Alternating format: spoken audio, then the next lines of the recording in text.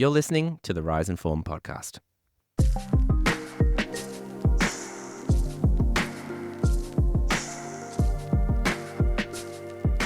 All right, let's go. All right, well, Steve, it's so great to have you here. Thanks for joining us today. Let me just tell everyone a little bit about you.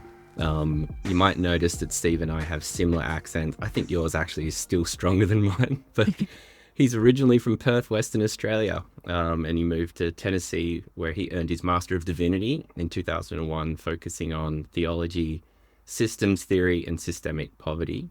He started his formal ministry service as a trauma and hospice chaplain, during which time he was exposed to family system theory, which he found to be immensely helpful in understanding and addressing the anxiety he saw around him. He integrated his understanding of anxiety patterns through the lens of the gospel and now focuses on encouraging leaders. Steve has 28 years of local church leadership experience and 16 years as a lead pastor. He lives with his wife Lisa, has 2 sons and a daughter. And when Steve is not working, you can find him laughing with his family, knee deep in a trout stream. That's awesome. Or trying a guitar he cannot afford at a local music store. We're talking Taylor's, we're talking Martin's, something like that, right, Steve? Well, and actually, I'm sorry to say, even like the handcrafted, like when there's a guitar named after one person, that's a bad sign. What's funny is right after this interview, my son is home. He got in late last night, so we're going to zip to a music shop between meetings. Oh, dangerous. And pick guitars off the wall and put them back on when we're done.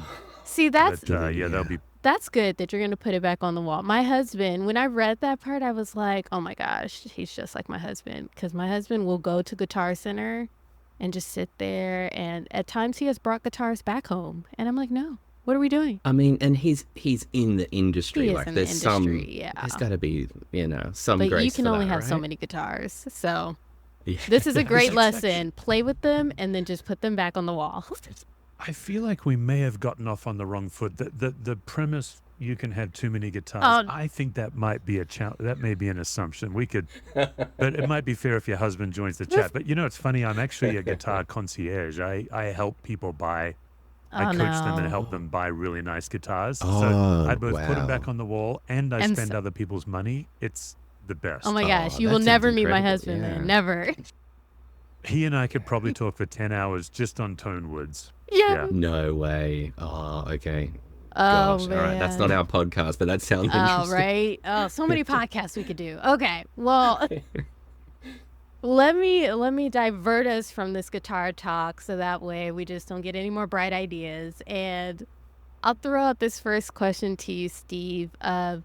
What was a formative experience or moment in your life that profoundly changed who you are and shaped who you are? What a great question. I've never been asked that question. There were 2. The first one is very brief. I was in a life-threatening car accident coming home from church as a teenager. My sister and I did not grow up in the church at all, and so she would drive me to church. We'd go to youth group together. We were coming home from church one night, and a guy ran a stop sign at 45 mile an hour. And when the ambulance showed up, they didn't think there'd be any survivors. That we were in this little 1970s Honda Civic. Wow. And that was formative for me. It was what set me on the path to vocational ministry. Before that moment, I'd always wanted to be a farm vet. And that shifted me from veterinary science to theology. Wow. And then I think the most formative experience was my chaplaincy. I think it's because I graduated as a young white male from a conservative and wonderful Bible college. I think very fondly back to my Bible college. But I think when you're young, white, and male, and you have a theology degree, you just think, well, I've got everything. Like, I've got everything I need, and I know everything. And that was definitely me. And I think my very first encounter as a chaplain, it's almost like I walked into that room with all of the tools on my tool belt, my charm, my sense of humor, my quick Bible knowledge, my answers. And it's like the grief of those people stripped me in 10 minutes of what I thought I had for the rest of my life. That was profound for me. And then that year as a chaplain was a journey of realizing which tools are helpful, the very things I thought would help were actually detrimental. So I think my chaplaincy was probably the most profound experience. And I guess if I choose a third, marrying my wife, Lisa is a natural healer. She's a trauma Mm, therapist. mm, And before she was a therapist, if that makes sense. mm. And so I've been probably the number one beneficiary of her care. And so those three, but yeah, the chaplaincy vocationally was profound for sure.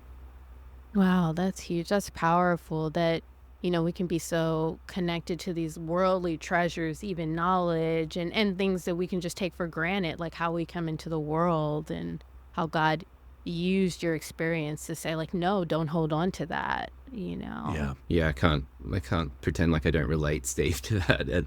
Andre and I just recorded an episode on our lives, and I talked about my 20s being very much that, and just like, yeah, thinking I got it right. And it's interesting because I think your book, I can hear your book in that, the expectation gap I'm talking about. I was up last night just sort of like ruminating on it, and then you went on and talked about that idea of you'll never be a supermodel. And I loved Yeah, it. I'm not saying you guys will never be one. I'm saying I'll never be one. Yeah, yeah. Yeah, I mean, heartbreaking to hear that I'll never be a supermodel too. I But know. no, Yeah. it's, yeah, and it's a great idea and metaphor for, just accepting that we are just beautifully and wonderfully made, fearfully and wonderfully made as we are. And we're not always meant to be better and more, and we're always listening for that. And I think we'll come back to this in our talk because I think it shapes even what Andrea and I are doing with Rise and Form. I think we're trying to work towards people really getting to what you're talking about, and I feel like we align so much in that way. So I wanted to ask the question, maybe the three of us could all just share a little bit on this, of something that you realized you'll never be something, and what that thing is. I could start. I'll start because I already Go had on. thought of Yes. mine. I will never be a savior.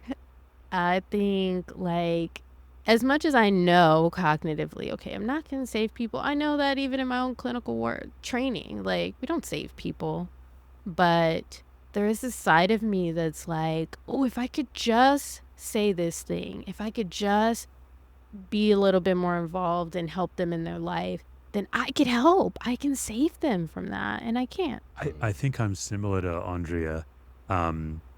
Some of I do this work in the book, but I've really tried to get down to my core beliefs.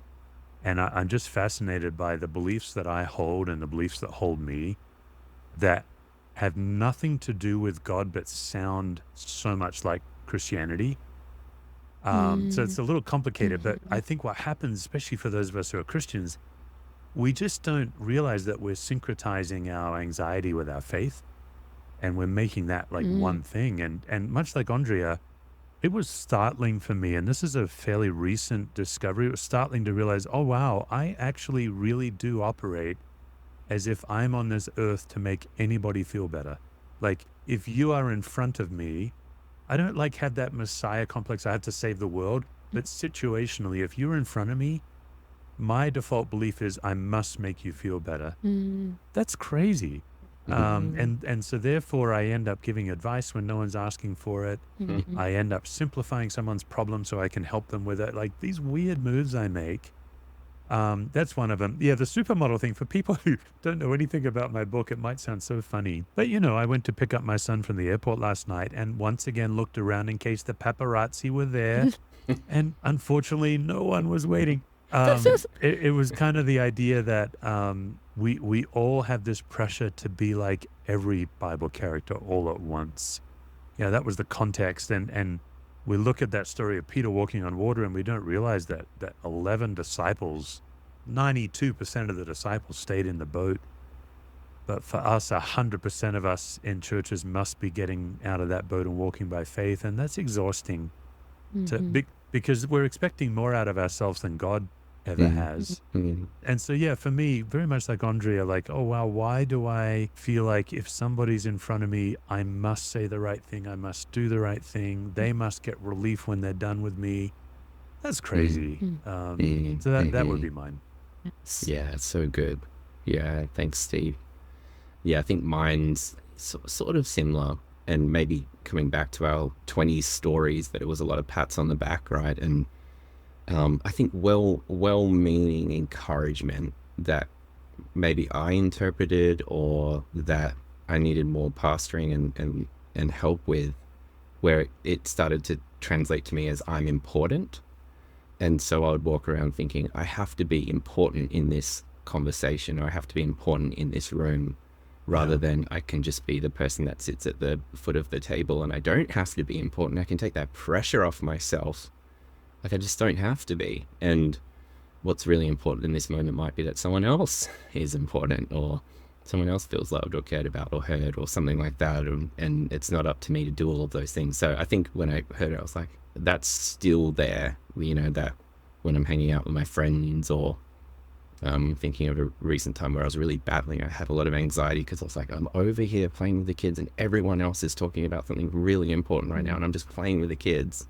And it felt like that was coming up in that moment of, but I'm not being important. And I missed the whole moment. Yeah.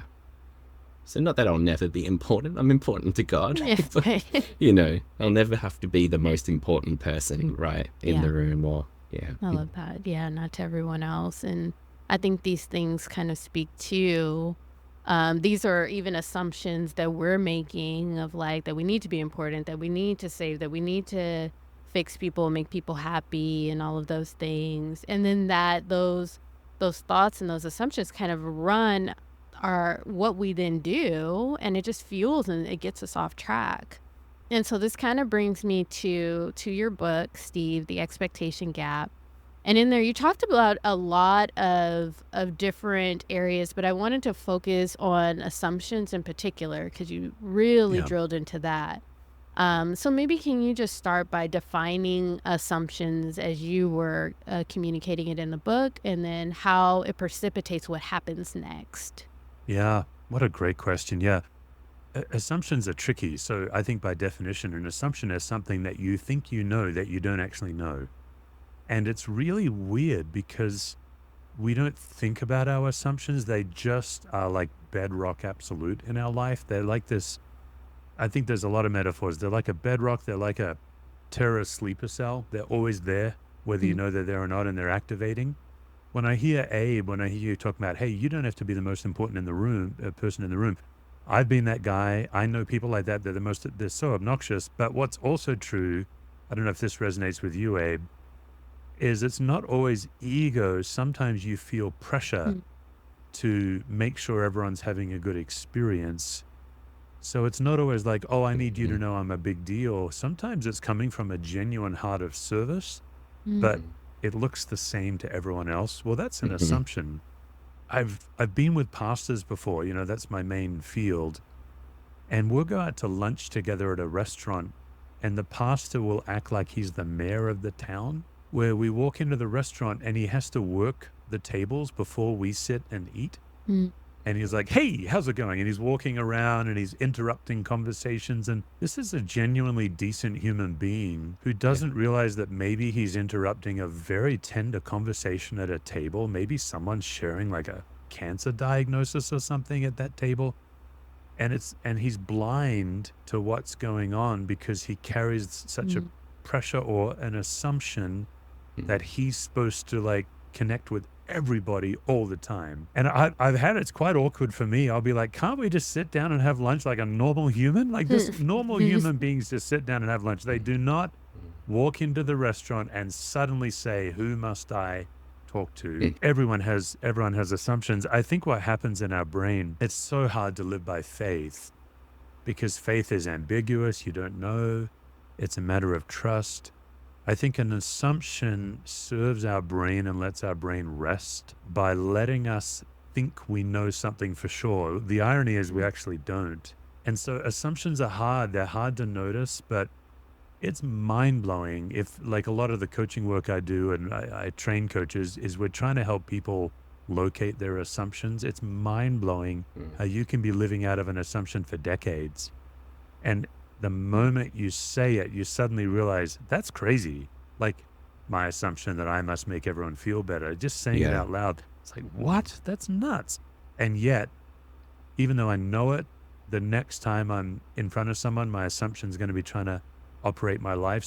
So I see assumptions. I've said a lot there, but I see assumptions as one of the chief competitors to faith. You Wow. can live by faith, you can live by assumption. Assumption always puts you in a false reality, always. Mm. Jesus exists in truth, in concrete reality. So if we take that poor pastor that walks into the restaurant, he can still be very jovial. He can still be cheerful, but he's no longer like a slave to having to go to every table. Now what he can do is just take a minute, scan the tables, read the room, and maybe say, you know what, there's two. And maybe he'd even say to me, hey, before we sit down, there's two people I just want to touch base with. But it's no longer operating out of an assumption that I must be the mayor of every room I'm in. Now he's actually saying, okay, Lord, okay, Spirit, is there someone that you need me to go talk to?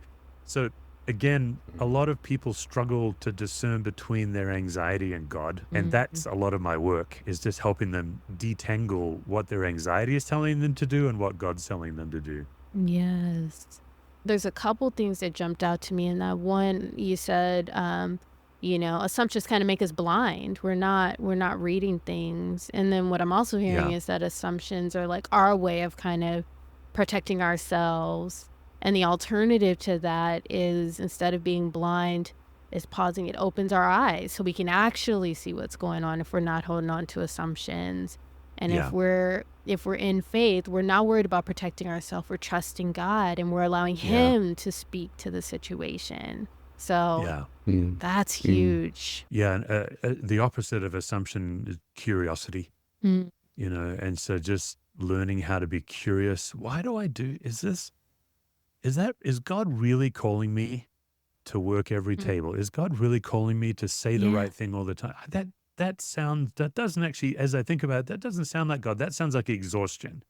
Jesus says, my yoke is easy, my burden is light. I remember in ministry, so much of the expectation gap was written out of my own grappling as a pastor.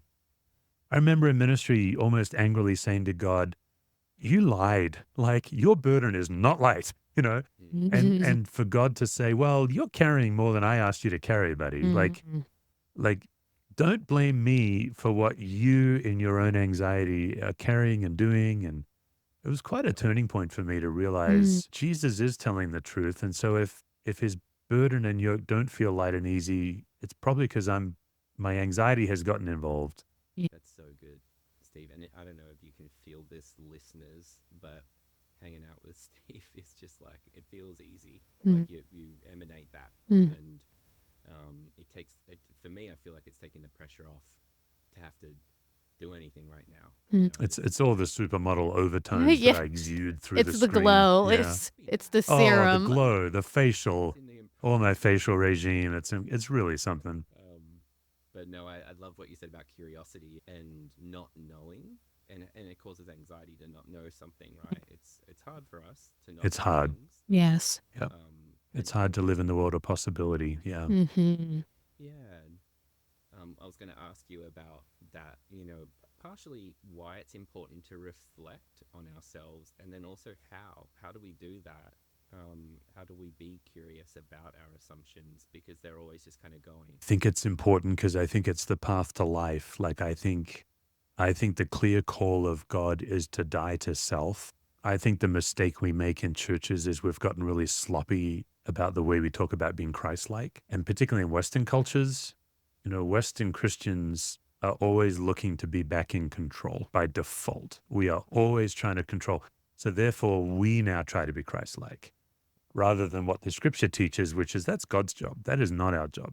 Our job is to die to ourselves. I don't know how to die to myself if I'm not aware of what's going on. So I find my anxiety to be a profound path of spiritual transformation, because I can locate my false needs, my assumptions, all of the ways I'm operating my life that aren't in fact spirit-led.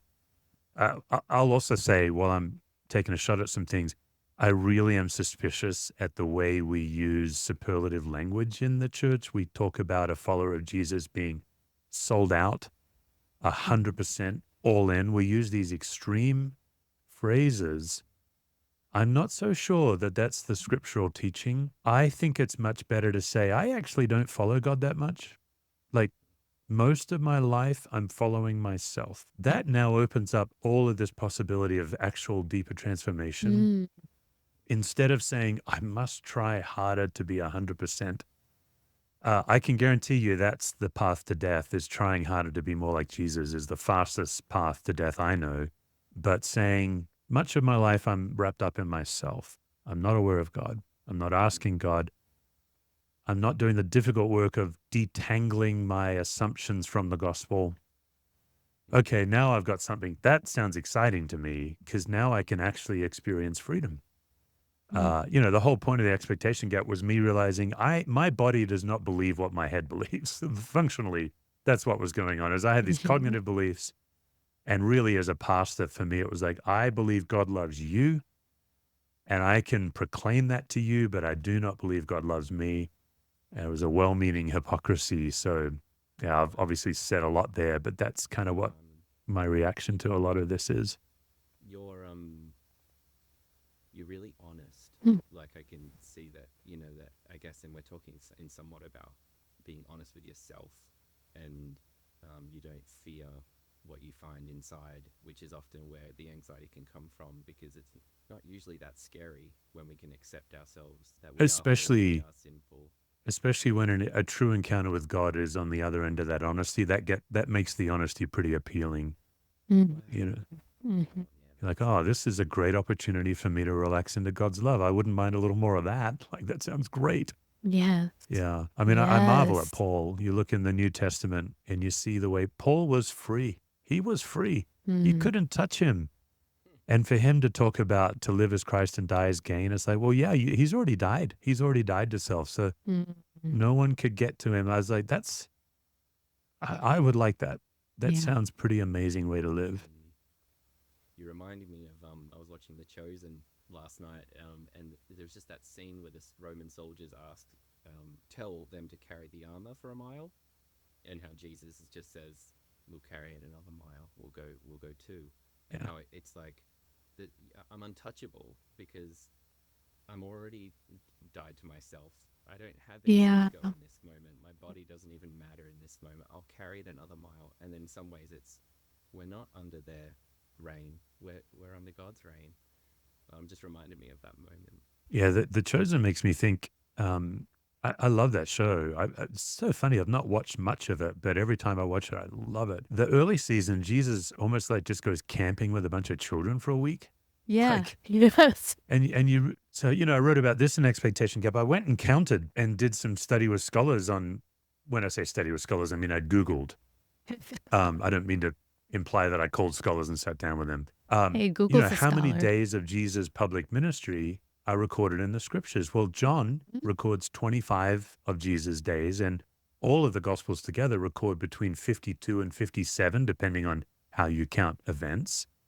Well, Jesus' 3.5 years of public ministry, that's 1,350 days, 50 of them covered by the gospels. But they must have recreated, they must have done laundry, they must have gone shopping. None of that is recorded in the gospels because the gospel writers aren't interested in. It's not that the gospel writers are trying to deceive us, but what we do is we take this truncated page-turning history and then place that as a burden on ourselves, that we should be always on the road to Jerusalem. No, like that's what I love about The Chosen, is it shows a very relaxed Jesus. I was blown away.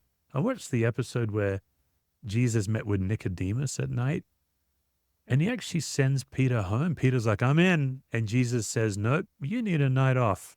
Like, what? That's not in the Bible?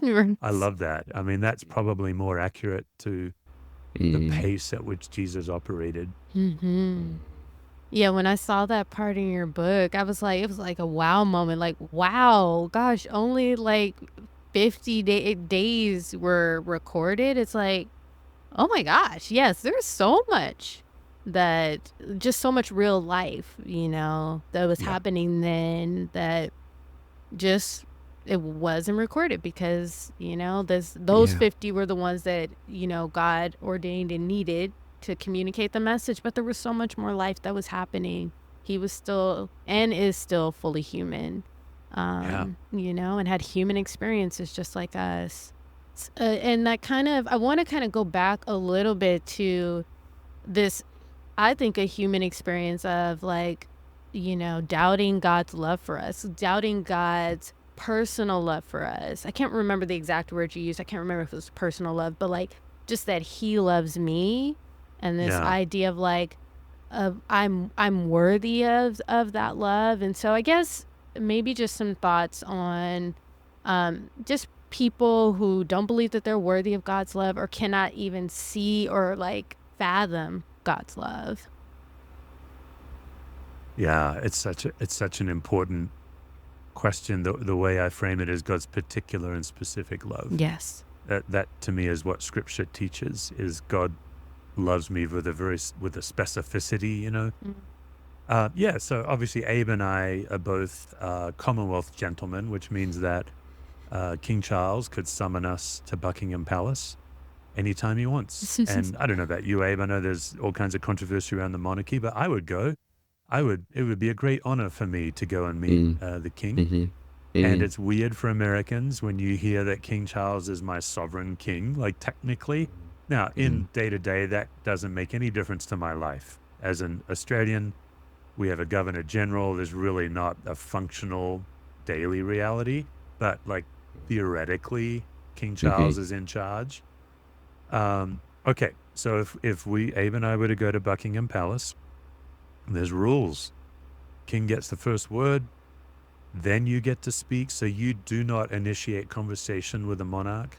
If anyone's ever watched The Crown, they've seen this with Queen Elizabeth. People, even the great Winston Churchill, waits until Queen Elizabeth speaks, and then he speaks.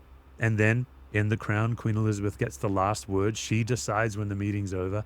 I bring all that up because, Jesus is my sovereign king, and he says, God knows the number of hairs on your head. David writes that when you were knit together in your mother's womb, God knew you, this particular love. And I say to my king, well, I think you're wrong. Just You say I'm lovable, I'm not lovable. And we do that. We correct our king in the name of humility, but it's very arrogant to stand in your king's presence and say, I know better than you. You would never do that to a British subject would never do that to Queen Elizabeth. Can you, Abe, imagine mansplaining to the Queen? You're just no. Well, you're actually wrong. But we are very free. And so what I say is we put more faith in our inner critic than we do in King Jesus. And I get it. I don't say that with condemnation. Our inner critic is much more tangibly present to us than Jesus is, I think. It's very difficult to follow an invisible God. Yeah. This is another beef I have. I just wish we would be more honest. Yeah. To say following an invisible God is actually quite hard to do. I've got this voice in my head that's very present to me, my inner critic. The disciples had the physical Jesus. Even in the book of Acts, they had a very tangible spirit present. Moses got a pillar, What do we have? The overrated still small voice. It's hard. Yeah. And so I think that's why we struggle with the love of God, because it's hard. If we want to get a little more complicated, and Andrea, this is probably more your territory, our inner critic is trying to protect us from external harm. And so it's condemning us internally so external condemnation won't hurt so bad. That's, I think, functionally what our inner critic is actually doing. But just like an assumption, we give it free rein. And so, a lot of the work I do is I'm just trying to create a safe space for people to explore things maybe for the first time and just help them, let the gospel and their inner critic compete. It takes a while. Yeah. But that's what I would say is people who say they're unlovable, just to gently realize, that's pretty arrogant of me to think that my view of myself trumps God's view of me. Yeah, when you put it like So that. submitting to that. Yeah. It's mind blowing when you put it like that. Just oh, how can I tell the king that it's not this way, and that inner critic does want to be the king many times, and it does want to, it's used to it, and it's I'm going to protect you, and it's You think you will, and at times you have. But as we grow up, it no longer does. And it always gets in the way of what God is saying. Yeah.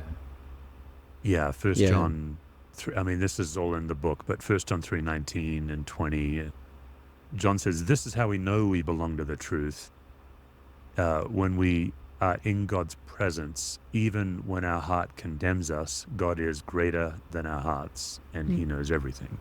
Actually, John says, "This is how we set our heart at rest in God's presence." And I think that's a fascinating approach with our inner critic. Is when we're in God's presence, it's very exposing. It's very vulnerable for the all-powerful God of the universe to see everything about us. Mm. Yeah. And so relaxing into God's presence, quite tricky. You want to like put a guard up and say, "Oh, wait." And I think that's what our inner critic is doing. So just learning to quieten the inner critic and put it in the right place. So when I talk about this, I don't condemn anybody. Like even if somebody's listening to this and saying, "Oh, that's another thing that I'm doing wrong, is I'm letting my inner critic have." No, it's just a gentle exercise of taking your inner critic out for a spin. When I do workshops, we play the game that's sweeping the nation, which is let's all talk about our inner critic. And for many people, Sounds like I a make them good do it in time. groups, around tables. And for many people, it's the first time in their life they've ever said it out loud. And of course, I share the message of my inner critic, as I do in the book, to go first, to give people room. And it's quite arresting for people to realize, man, I've been living under this for my whole life. Yeah. And then if you want to get a little deeper, to realize my inner critic has not changed his or her words since I was 8 years old. Wow. It's like, wow, my inner critic is stuck, but I'm Yeah. free. So yeah, it's lots of freedom available. Yeah, just with I'm thinking of teleological mode, which is I do a lot of mentalizing work, and teleological mode is like when we need physical evidence of invisible things. And so, I have it. We all have that to some extent. Like with even when my wife comes home and she doesn't give me a hug, I'm like, well, you don't love me. Yeah. I need a hug you to prove to you I love you. Yeah. Doesn't the love exist invisibly, or doesn't it exist no matter what? And so I know we struggle with that. That's a human condition that we do sometimes. Like we need proof and evidence of things. And so to know that God thinks so highly of us, and that he loves us, like you're saying, just to call out that it's really hard because we don't have that kind of physical evidence of that. I know some people probably go, hold on a second, we've got the word of God, or they'll say something enough. right now. It's not enough. I'll just I'm a pastor. I have a master's degree in theology. I love the Bible. I love it. And I believe it's the inspired word of God. But let's get all of that banked. That is not enough, because you have to kind of curry your way into it. No, I want to feel God's love in my body the way I feel my wife and my kids and my friends. So one of the things in the book we dig around is a life-giving list. That's probably the most tangible, helpful tool that I offer for people. So I try to cultivate 8 to 15 micro habits a day where I'm relaxed into God's presence, and that helps a lot. That's great. Yeah. Yeah, that's so good. I love that. I'm glad you brought that up, about just relaxing into God's presence.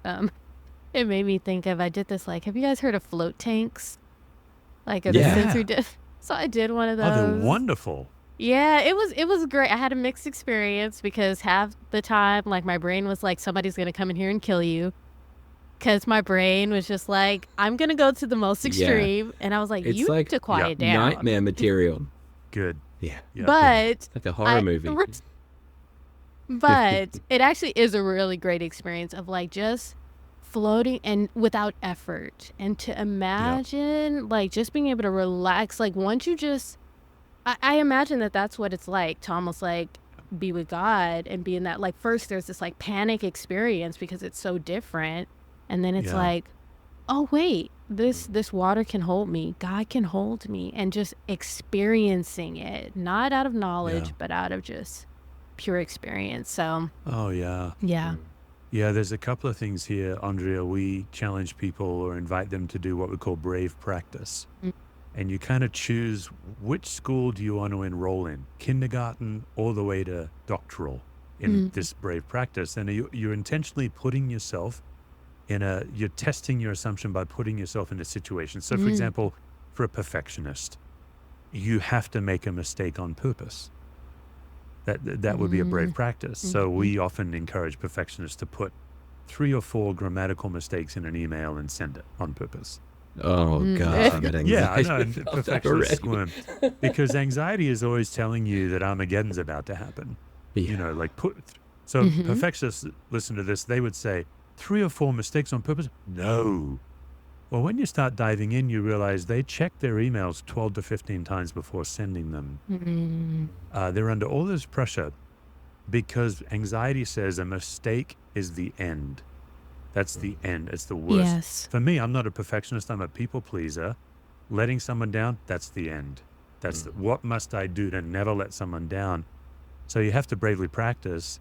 And as I hear the tank story, oftentimes people's first experience is anxious, but it's the second experience. Yeah. So going back to the tank would be really interesting to see if you have that same defense mechanism or if now you're able to just relax. And the reason a lot of people don't change is they never, they believe the brick wall of fear and never push through. So just to finish it, kindergarten brave practice is watching it on TV. So I used to watch Gilmore Girls to practice anxiety because that show makes me anxious. My daughter loves it. So I'd watch it with my daughter. But then doctoral level is mum and dad. Go back to your family of origin and have a difficult conversation. That's PhD level. And then you can kind of choose, your level of practice. But most people don't change is because they won't actually embody a new way. Yeah. So I love that tank story because the second and third visit get really interesting, and it might be something you never love, and that's fine. Or it might be one of the great gifts of God in your life. Yeah. I'll let you guys know. I'm gonna do it again, so I'm gonna let y'all know. Good for you. Yeah. Can we get a Rise and Form subscription to the tank? Right. Can they sponsor us? Right. Hey. Audrey, do you want to jump in with this question, the Peter question, or what do you think? You know what? Maybe we could go to the Rise question just for time. Sure, and yeah. Then, yeah. Maybe just talking about how you coach people, Steve, on their mindset and belief so that they can have a thriving and flourishing mind. And Oh, yeah. yeah. Yeah. I think everyone wants to change in a hurry and also at the same time don't want to change at all. It's a paradox. We're all of us. I'm the same. And so we set the bar, we get that high jump, and we just lower it down to where you can just step over it. Yeah. So 1 out of 10 is an A in our work. If you can embody a different way 1 out of 10 times, that's an A+. Because we're all trying to get 10 out of 10, and that's unrealistic. Human beings will not follow God 100% ever. Yeah. None of us even know what it looks like, by the way. All of our language about being sold out, not a single one of us can define. Like, how many church services have you guys been to? Has anybody ever been given an award for being the sold out follower of Jesus? No. Nope. And partly because no one's going to get there, and partly because the I was pastor... thinking maybe in the 90s there was awards for that. yeah. In my Maybe. church in Perth there might have been, but yeah. Maybe in youth yeah, group. Right. Yeah, that's right. Yeah. And so we lower the bar, and then we put people through a 3-step process, and it's simply notice, name, and diffuse. And noticing, you can be in the noticing phase for weeks and months. And just by noticing, like what Andrea modeled for us, I went into that tank, I noticed my fear that someone, I mean, you were saying it playfully, but it's also true. You were on a little alert. I was. But just noticing. And so what people do is they would go to that float tank once and say, I shouldn't be that way. And now they're in an anxious response. Instead of noticing with curiosity, I'm going to go back and all I'm going to do is pay attention to whether I still feel under threat or not. And then they come away and say, that's wild. I still felt under threat, but only for 30 seconds. Last time it was 7 minutes. That's raging progress. So we keep lowering the standard and we put people in a noticing phase. And then the next phase is naming. What is driving that fear? That's where, like, for me, making people happy, like, that's a naming. Mm-hmm. And then by the time you've noticed and named, you're already halfway to diffusing. And then we have all kinds of diffusing tools of how do you cultivate 8 to 15 micro habits a day, things like this. So it's a 3-step process, and it takes anywhere from 6 months to 2 or 3 years. Most people in our work, they get an immediate breakthrough, and then the hard work after that. And then we just try to share, me and my coaches try to share, oh, here's where I was anxious today. So people remember we've not graduated. This isn't a destination. It's more of a rule of life. Yeah, process. Love that. You got to Yeah. practice and continue doing. And I like that idea that it's really about, being gentle with yourself Yeah. and really rewarding of any progress. And that kind of idea of it's not about your position, it's about progress. It's just about that you're Just doing being something. human-sized. Yeah, being a human-sized follower Yeah. of God. Yeah. And I get a little bit of pushback. I've had a little bit of pushback where people think that I'm accounting for some kind of lazy faith, or that I'm letting us off the hook. I've heard that as well. Steve, I think you're letting us off the hook. For the lazy faith, I would just say I have had the privilege and have the privilege of working with a few world-changing Christian leaders, like absolutely world-changing, whether they're famous or not. Some of them are very well known, some are not. And they're all in on this. So this approach does not make you lazy, it makes you free. And then the hook, I would just say, what kind of God puts his people on a hook? The gospel is that God's on the hook. Yeah. That's the Right. gospel of Jesus, is Yeah. Jesus Yeah. died on a hook. Yeah. And we don't have to be on a hook. So Yeah. so much of our anxious belief is infected the true gospel, I think. Yeah. Even going back to one of our first episodes was with someone who was telling us about putting the fruit back on the tree. And it's just that idea of like, we're not God, and he is, and he's the one who died for us, and we're saved. Yeah. And so we don't have to, his burden is light, his yoke is easy. Yes. And I must say, reading your book and meeting with you, it's challenging to even, like, I'm feeling challenged. Like, it's not like, oh, this feels really easy. Oh, great. Thanks, Steve. I feel off the hook now. I feel like, no, this is maybe even harder, like in some ways. And so it's a different path, but I love that you've introduced us to it. It's actually a different kind of hard than the hard we're carrying now. That's what it is. When I worked with people in domestic violence relationships, incredibly brave women, when we start to talk about possibilities of freedom, oftentimes they'll say, boy, that's really hard. We'll say, yep, it's hard, but it's not as hard as the hard you have tolerated for years. And I think that's what I would want to get that message across to Christians who are saying, wow, this sounds really hard. Yeah, it's hard. But I would rather this hard than the hard that we have now that is stuck. And we've just gotten used to it. We don't realize the price that our It's body uncomfortable. It's uncomfortable, Steve. Yeah. But Yeah, thanks very for much. making us uncomfortable. Right. is paying. Very much, yeah. It's uncomfortable. And I think you said this, Steve, in your book. Things can be uncomfortable, but not dangerous.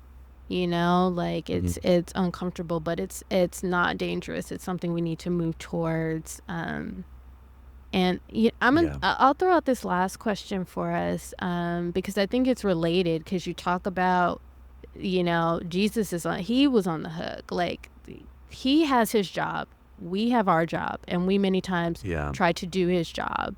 And you talk in your book, I love this, about assuming the formation seat.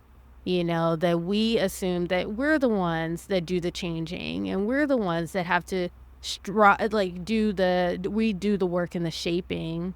And instead you said, no, our job is to die to self, follow Jesus, and worship God.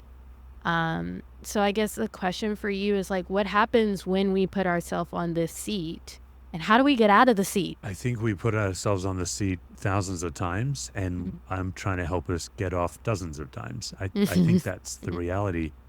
I really try to encourage people to stop the dichotomous conversation. I'm either following God or I'm not. Man, I wish it was that clean. I think you can just learn to mistrust. So many stories. Over time, you start to keep running into yourself. This is the hope of the gospel. And you get fed up with yourself. You're like, well, there I am again. I'm people pleasing again. I'm perfectionist again. I think once you start to realize that you're a moth and it's a flame and it burns you every time, and then when you start to, the more advanced work is, every belief we have is a gospel, but there's only one gospel in human history where the God pays and the human gets the benefit. So in the Roman Empire, Rome had a gospel. It was called the Pax Romana, the peace of Rome. It was functionally a political propaganda, but it was a gospel. And you had to do certain things, and then they would kind of dangle peace just out of reach. But you paid. You paid in taxes. You paid in having to give your kids over as slaves. You paid in crucifixion. Like Rome made you pay. Well, Jesus' gospel is revolutionary because the God does the paying. I'm just trying to make the case that our anxious habits are making us pay, and they're getting the benefits. So anxiety is always selling me the gospel that, Steve, you can worry your way to peace. If you just worry, that's the path I'm on, and then peace is the carrot out of reach. I never get it. So anxiety's lying to me, and I'm paying, and it's getting the benefit. So it is a slow journey to realize, man, these habits and tendencies are leading me to death. Jesus is inviting me to life. And it's you got to be so patient as you slowly exchange. But the good news is we don't do it under our own strength. We do have the transforming power of Christ. So I'm just trying to help people encounter God in worship, and then I let God take care of all transformation. I do very little self-improvement.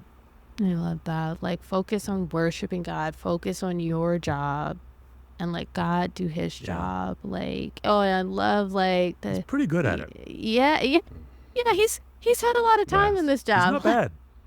He's not bad. Yeah. Fruit of the Spirit, not fruit of the human. We turn the fruit of the Spirit into the fruit of the human. We read the fruit of the Spirit and we say, I'm not very patient. Must be more patient. At the end of the week, you can work on being patient. And at the end of the week, you're a patient legalist. Congratulations. But you've not encountered Jesus. And the whole goal of all spiritual practices is the encounter of Christ. So, so what human beings, we turn every spiritual practice into a self-improvement project. So I know we're crunched on time, but I do like to provoke and say, okay, folks, if you had to choose, would God rather at the end of our life, our improvement or our worship? And you can only choose one. I think it's worship every day of the week. I think what God wants is our worship. Yeah, it's so good. Oh, it's so good to be reminded of. And oh my God. Steve, can you write a parenting book? Because I feel like I'm afraid to write a parenting book. Oh my God. I know. But just what you're saying, I'm like, oh, I need to hear this about how I parent too. Like just how, and it's everything. It's how we lead. It's how we do everything. The best parenting technique is just to be well. If you just be well, and then you'll be fine. You know, you'll make a lot of mistakes, and your kids will need therapy, and you'll be attached. Something like that. Yeah.